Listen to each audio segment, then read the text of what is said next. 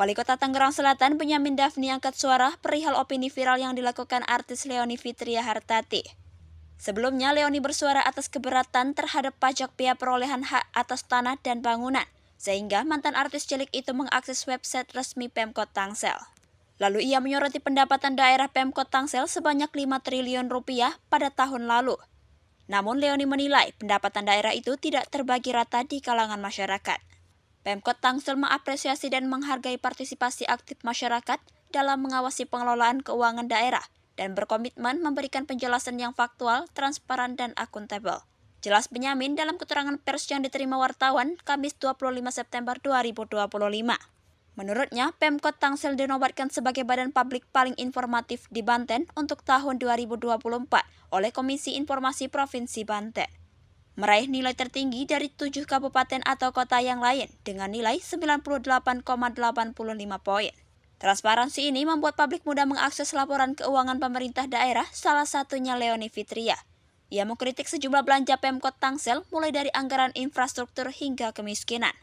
Benyamin menjelaskan pada anggaran pemeliharaan jalan, irigasi, dan jaringan sebesar 731 juta rupiah yang disorot Leony merupakan belanja jaringan instalasi listrik kantor. Sedangkan untuk pemeliharaan jalan dan irigasi masuk pada kode rekening belanja modal jalan, irigasi, dan jaringan dengan pagu anggaran sebesar 538 miliar rupiah. Selanjutnya untuk dana bantuan sosial atau bansos sebesar 136 juta rupiah diberikan kepada kelompok masyarakat atas usulan melalui proposal yang masuk ke Pemkot Tangsel. Jumlah tersebut untuk 2 lembaga panti yang mengajukan proposal bantuan sosial. Ungkapnya, terkait pengentasan kemiskinan, pemerintah Kota Tangerang Selatan menganggarkan 641,1 miliar rupiah dengan melakukan berbagai kegiatan di beberapa perangkat daerah. Antara lain, perbaikan rumah umum tidak layak huni sebanyak 500 rumah setiap tahun, perbaikan sanitasi dan MCK, jaminan kesehatan masyarakat sementara untuk 284.229 masyarakat dengan pagu anggaran 133 miliar rupiah, beasiswa pendidikan, jaminan pekerja rentan, dan pelatihan untuk peningkatan pendapatan masyarakat miskin. Tadi sudah dijelaskan 731 juta nggak mungkin ngebenerin jalan sebesar itu. Itu hanya satu khusus untuk perbaikan jaringan listrik dan itu pun hanya di Pemkot saja.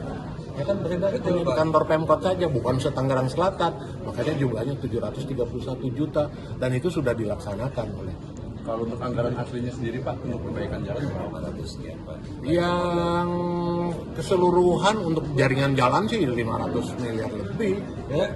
Untuk 500 miliar lebih, jadi 731 juta itu untuk satu kegiatan saja untuk jaringan listrik. Itu pun di gedung Pemkot. Oke? Bapak bisa dijelasin masalah memahami Apapun lah sudah kita luruskan melalui jumpa pers seperti ini. Ya, jadi mudah-mudahan pelurusan ini bisa dibaca juga oleh banyak pihak sehingga bisa menjelaskan dulu persoalan yang sebenarnya.